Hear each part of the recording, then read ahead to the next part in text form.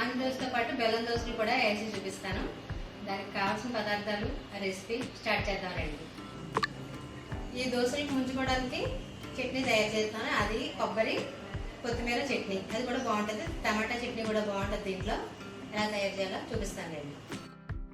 ఇప్పుడు దీనికోసం 2 గ్లాసులు నేను బియ్యం నానబెట్టుకుంటున్నాను. ఇదేంటంటే ఇవి రేషన్ బియ్యం మీకుంటే నానబెట్టుకోండి, లేకపోతే మామూలు రైస్ అయినా నానబెట్టుకోండి.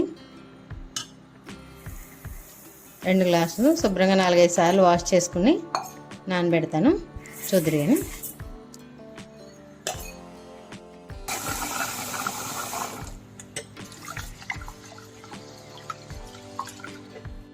ఇప్పుడు దీంట్లోనే ఒక అరకప్పు అటుకులు వేసుకోవాలి.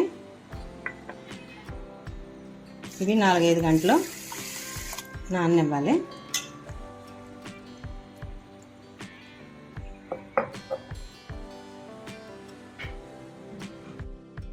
మూత పెట్టేసుకుందాం.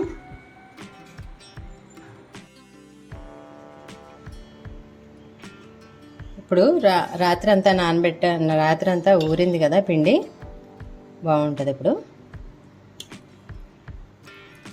దీంట్లో కొంచెం సాల్ట్, కొద్దిగా వాటర్ వేసుకుని దోశలాగా వేసుకోవాలి. చూపిస్తాను.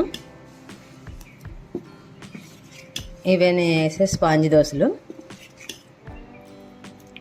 వేసుకునే ముందు కొద్దిగా బేకింగ్ సోడా కానీ ఈనో కానీ వేసుకోవడమే. దీనికి చట్నీ చేయడం చూపిస్తాను. ఇప్పుడు దీంట్లో కొంచెం వాటర్ వేస్తాను. ఈ దోశ పిండిలాగా బాగా పలచగా కాకుండా, బాగా తిక్కుగా కాకుండా ఇలా వేసుకోవాలి, జారుగా. సాల్ట్ కలిపిస్తాను. సాల్ట్ వేసుకోండి, మీకు తగినంత సాల్ట్ వేసుకోండి. తర్వాత వేసే ముందు ఈనో కానీ బేకింగ్ సోడా కానీ వేసుకోవాలి. ఇప్పుడైతే నేను ఒక కొబ్బరికాయ కొట్టాను. ఈ కొబ్బరికాయని ఈ మాత్రం చాలు. ఈ చిన్న చెక్క వదిలేస్తున్నాను. ఈ చెక్కని మిక్సీ జార్లో ముక్కలు చేసుకుని మిక్సీ జార్లో మెత్తగా పేస్ట్లా చేసుకోవాలి.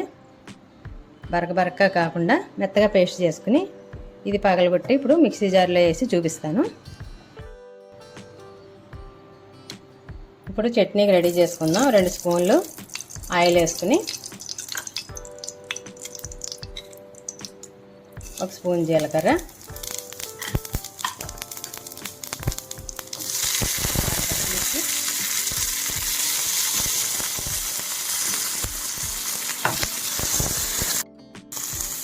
ఒక 2 వెల్లుల్లి రెబ్బలు,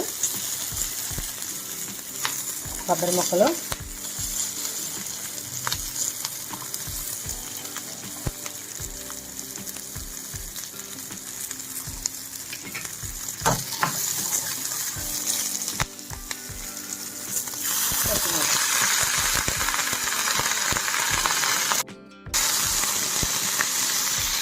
పచ్చివాసన పోయేదాకా వేయించుకుని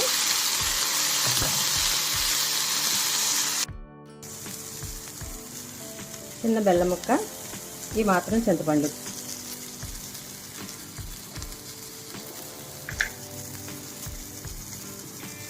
ఒక స్పూను సాల్ట్ వేసుకుని మిక్సీ పట్టేసుకుందాం చట్నీకి.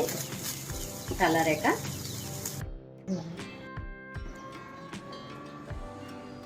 చూసారు కదా, ఒక చెక్క ఫ్రెష్గా అప్పుడే కొట్టుకున్న కొబ్బరికాయ వేసుకోవాలి.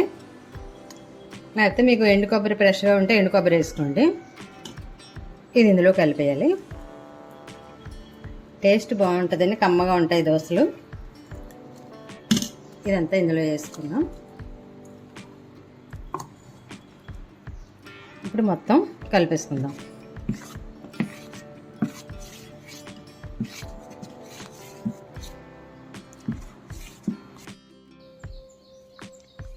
ఈ చట్నీ బౌల్లోకి తీసుకుందాం. దీంట్లోకి టమాటా కొత్తిమీర చట్నీ కూడా చాలా బాగుంటుంది. స్టవ్ వెలిగించి కళాయి పెట్టుకుని కళాయిలో 2 స్పూన్లు నూనె వేసుకుందాం. ఆవాలు, ఒక 1/2 స్పూన్ మినపప్పు, 1/2 స్పూన్ ఆవాలు. చట్నీ తాలింపుకి ఈ మాత్రం చాలు.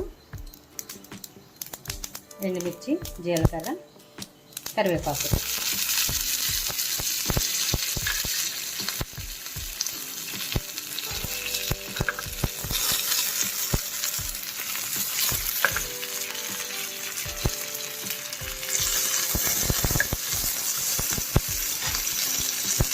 స్టవ్ ఆపేస్తున్నాం.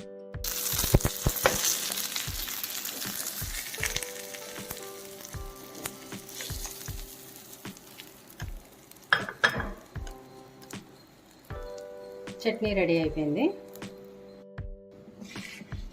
ఈ మొత్తం పిండిలో నేను వాటర్ వేసుకుని సాల్ట్ వేసుకుని కలుపుకున్నాను. మీకు తగినంత సాల్ట్ వేసుకోండి.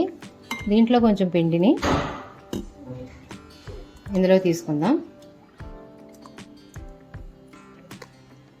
దీంట్లోకి ఇవి బెల్లం అట్లకి కొంచెం పిండి పక్క తీసాను. దీంట్లో కొంచెం చిటికెడు పసుపు, బెల్లం ఇలాగా మిక్సీ పట్టుకుంటే పాకం అయిపోయింది. ఎండకి కొంచెం బెల్లం, మీకు ఎంత తీపి తింటారో అంత కలుపుకోండి. నేను కొంచెం పిండే కలిపి చూపిస్తున్నాను.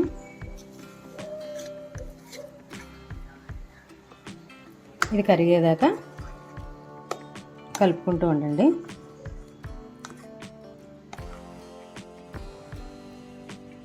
అలా కలుపుకోండి. పిండి ఉండలు లేకుండా బెల్లం.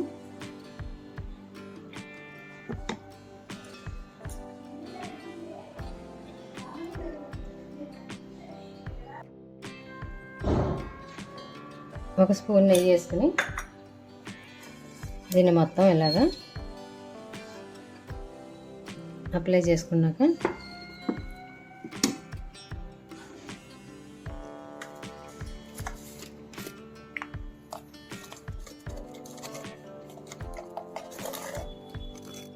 దీంట్లో ఒక చిన్న స్పూన్ తోటి ఈనో వేసుకుందాం.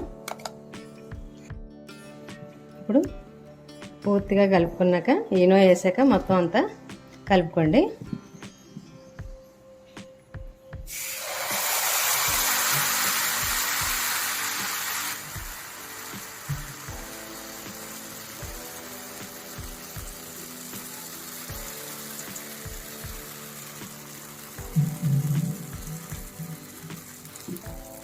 సిమ్లోనే కాలాలి అట్టు. దీన్ని మూత పెట్టుకుందాం.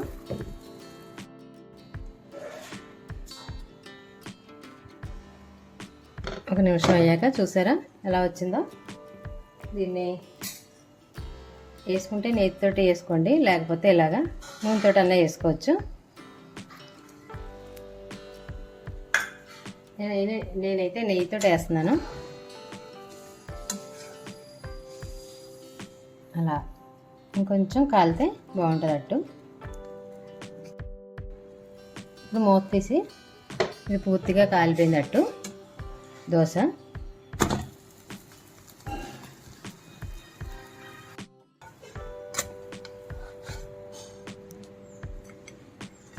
స్పాంజి దోశ.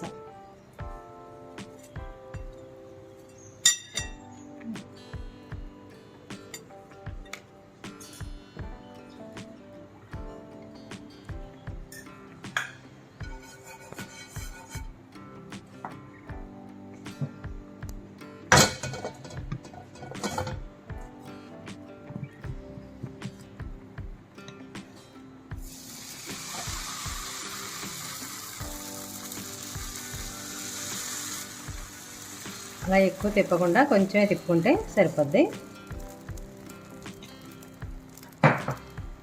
మళ్ళీ ఒక్క నిమిషం మూత పెట్టేద్దాం.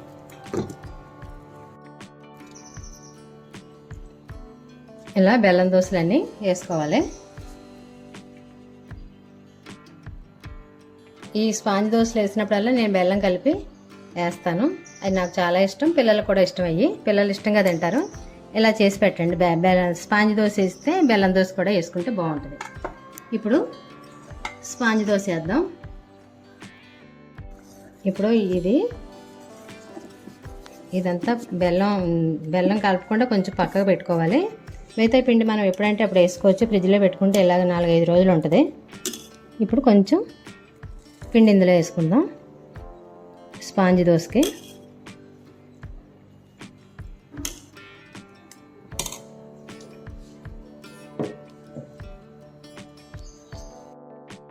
చిన్న స్పూన్ తోటి దీంట్లో ఈనో వేసుకుందాం.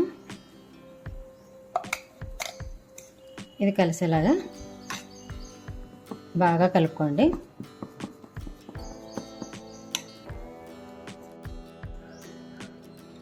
మళ్ళీ ఒక స్పూన్ నెయ్యి వేసుకుని తర్వాత ఇంకా మీరు వేయక్కర్లేదు. ఈ పెనానికి అప్లై చేయడానికి ఒకటే కొద్దిగా వేసుకుంటే సరిపోద్ది. తర్వాత ఇంకా వేయని అవసరం లేదు, నూనె కానీ నెయ్యి కానీ. ఇప్పుడు ఈనో కలిపాం కదా, వెంటనే వేసేసుకుంటే మనకి స్పాంజ్ లాగా వస్తాయి.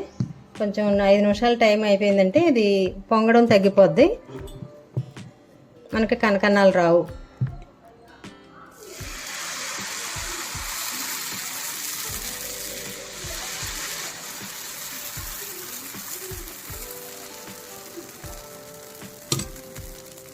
మూత పెట్టేసుకుందాం.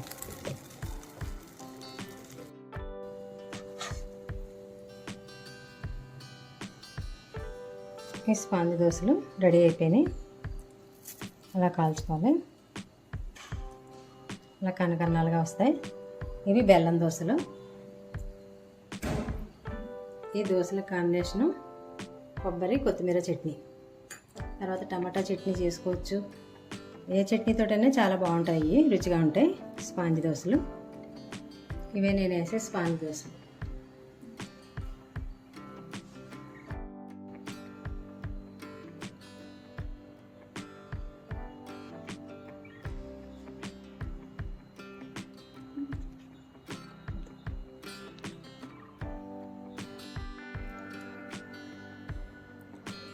ఇప్పుడు టేస్ట్ చూద్దాం. అమ్మాయిలే కాదు అబ్బాయిలు కూడా చేసుకోండి, చాలా ఈజీ.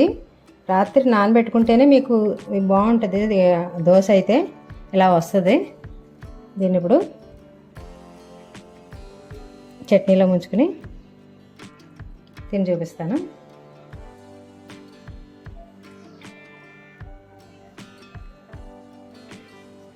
నోట్లో వేసుకుంటే కరిగిపోతున్నాయి దోశలు, చాలా బాగున్నాయి. ఇప్పుడు బెల్లం దోశ చూద్దాం. చూసారు కదా బెల్లం దోశలు ఎలా వచ్చినాయో. దాంట్లో మీకు తగినంత, మీకు ఎంత స్వీట్ తింటే అంత వేసుకోండి. అలా వస్తాయి అట్లు. స్పాంజ్ దోశ నెయ్యి వేసి కాల్చుకుంటే బాగుంటాయి. నేనైతే నెయ్యి వేసి కాల్చాను.